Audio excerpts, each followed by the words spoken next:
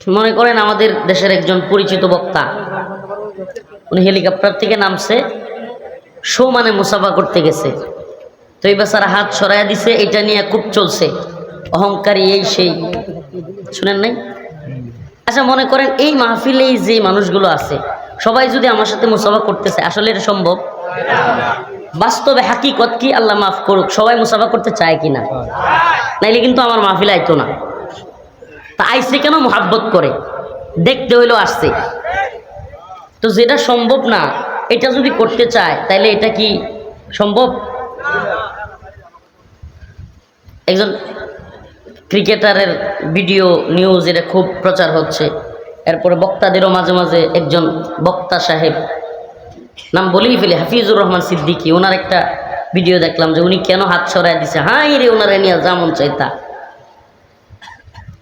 আসলে কি হেলিকপ্টার থেকে নেমে এই সময় সবার সাথে মুসাফা করা ওনার পক্ষে সম্ভব ছিল? তো হাত সরাই দিবে, এটাই তো স্বাভাবিক। এজন্য আমরা এই জামানায়, ট্রলিং এর জামানা, এটা মানে প্রবলেমটা কোথায় জানেন? আমি অপ্রাসঙ্গিক যদিও কথাটা বলতেছি, এটা আমার আলোচনার বিষয়ও না, কিন্তু এত কঠিন হয়েছে যে একটা মানুষ, মনে করেন আমি যে আমার পাশে আছে এই লোকটা, এমন অনেক লোক আছে যে হুজুরের জুতাগুলো নিয়ে যায়, একটু হুজুরের দৈরে উঠায় দিয়ে একটু হুজুরে আমার ঘরে নিয়ে খাওয়ায়, এত মহাব্বত। এই লোকটাই ফেসবুকে গালি মারে। মানে প্রবলেমটা কোথায়? মানে সামনে থাকলে যে একটা শ্রদ্ধা বা সামনে থাকলে মহাব্বত বা যেটা থাকে, ফেসবুকে যেন মানে এখানে গালি দিলে, এখানে ট্রল করলে, এখানে কাউকে নিয়ে মজা করলে যেন কোনো গুনাহ নাই। মানে বিষয়টা এমন হয়েছে, ইউটিউব ফেসবুকের জামানায় ট্রলিংটা যে যত ভালো পারে তারে আরো বেশি মানুষ সাপোর্ট করে। ট্রল ট্রল ট্রল বুঝুন তো, মানে একজন মানুষকে ছোট করা, হ্যায় করা বা তুচ্ছতাচ্ছিল্য করা, এটাকে যে যত ভালো করে পারে খুঁচা দিতে পারে, অথচ এটা কি গুনাহের কাজ কিনা? আল্লাহ পাক আমাদের এগুলো থেকে হেদায়েত দান করুক, বলে না আমিন। আমি আয়াত কারীমা তিলাওয়াত করেছি, সূরাতুত তাওবার 16 নম্বর আয়াত। أم حسبتم أن تتركوا ولما يعلم الله الذين جاهدوا منكم ولم يتخذوا من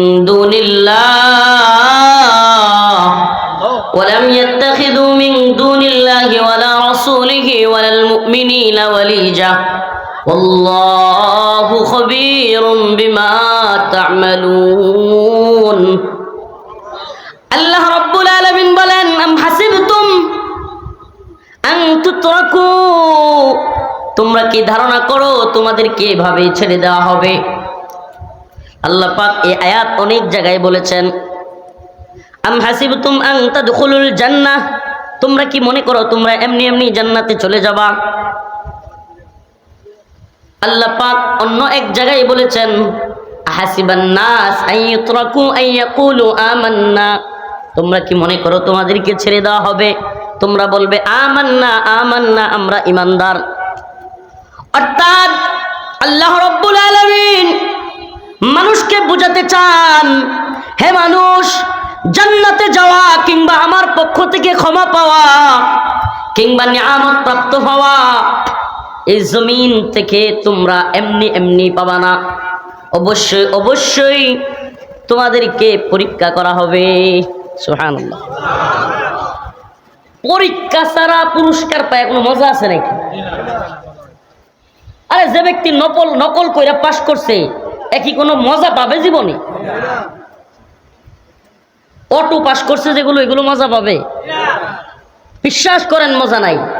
আরে খেতে কাম কইরা সারাদিন গাম জড়াইয়া ঠান্ডা পানি খাওয়ার মজা আর ঘরে এসির বাতাসের মধ্যে পানি খাওয়ার মজা কি এক নাকি? কেমনে এক হবে?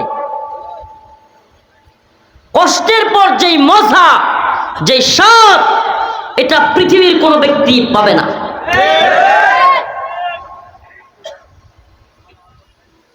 কারাগারের দীর্ঘ নির্যাতনের পর বাহির হয়ে মানুষের ভালোবাসা পাওয়ার মজা যারা যায় না এরা বুঝবে কিভাবে? দেখেন না, যাদেরকে লাঞ্ছিত করবার চায় লাঞ্ছিত করতে পারছে নাকি আল্লাহ ইজ্জত বাড়ায় দিছে? এই মন থেকে কইেন, সত্যি কইেন, ইজ্জত কমছে না বাড়ছে? ওয়া তুইজ্জু মান তাশা ওয়া তুযিল্লু মান তাশা বিয়াদিকাল খায়র ইন্নাকা আলা কুল্লি শাইইন কাদির। ইজ্জতের মালিক কে? লাঞ্ছিত করার মালিক কে? সব কিছুর মালিক কে? সেই রব্বুল আলামিন বলেন আম হাসিবতুম আন তুতরাকু, তোমরা কি মনে করো তোমাদেরকে ছেড়ে দেওয়া হবে?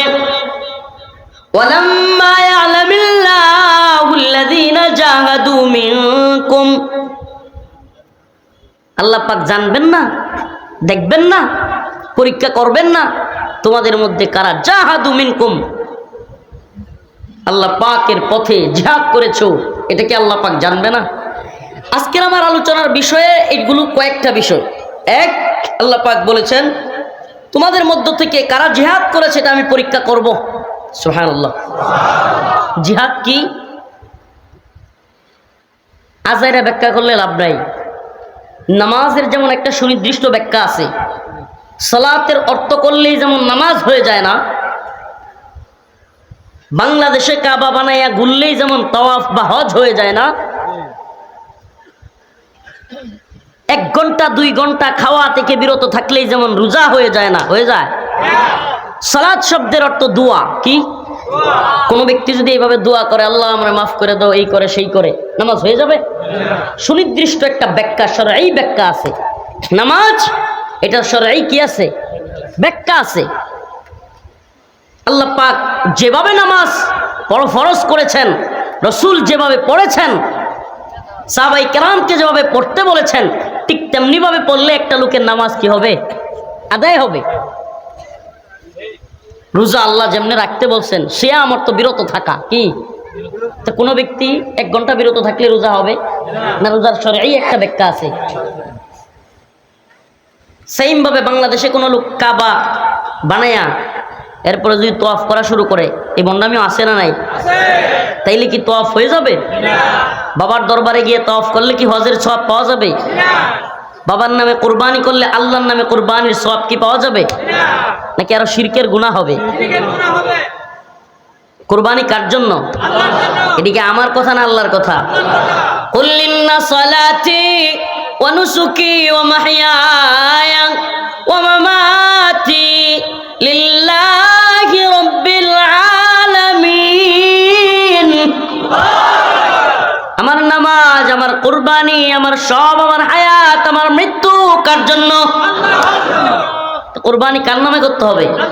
তাই বলতেছিলাম নামাজের, রোজার, কুরবানির প্রত্যেকটার যেমন সিস্টেমলি একেবারে সুনির্দিষ্ট ব্যাখ্যা আছে আল্লাহ পাকের পক্ষ থেকে, ওগুলো যেমনি ভাবে ব্যাখ্যা কইরা নিজে মন গড়া ভাবে 2 ঘন্টা বিরত থাকলে যেমন রোজা হয় না, নামাজের সময় আসলে হাত তুলে দোয়া করলে যেমন নামাজ হয় না, দেশের মধ্যে কাবা বানায়া তাওয়াফ করলে যেমন হজ হয় না, তেমনি জিহাদের নামে অপব্যাখ্যা করে, নফসের জিহাদের নামে শরঈ কিতালকে অপব্যাখ্যার মাধ্যমে শরঈ জিহাদকে, কিতালকে, কুতিবা আলাইকুমুল কিতাল, কুতিবা ফুরিদা, তোমাদের উপর ফরজ করা হয়েছে কিতালকে, এই কিতাল মন গড়া নফসের জিহাদ বলে চালিয়ে দিলেও আল্লাহ পাক কোরআনে যে জিহাদ কিতালের কথা বলেছেন সেই শরঈ ফরজ আদায় হয়ে যাবে না।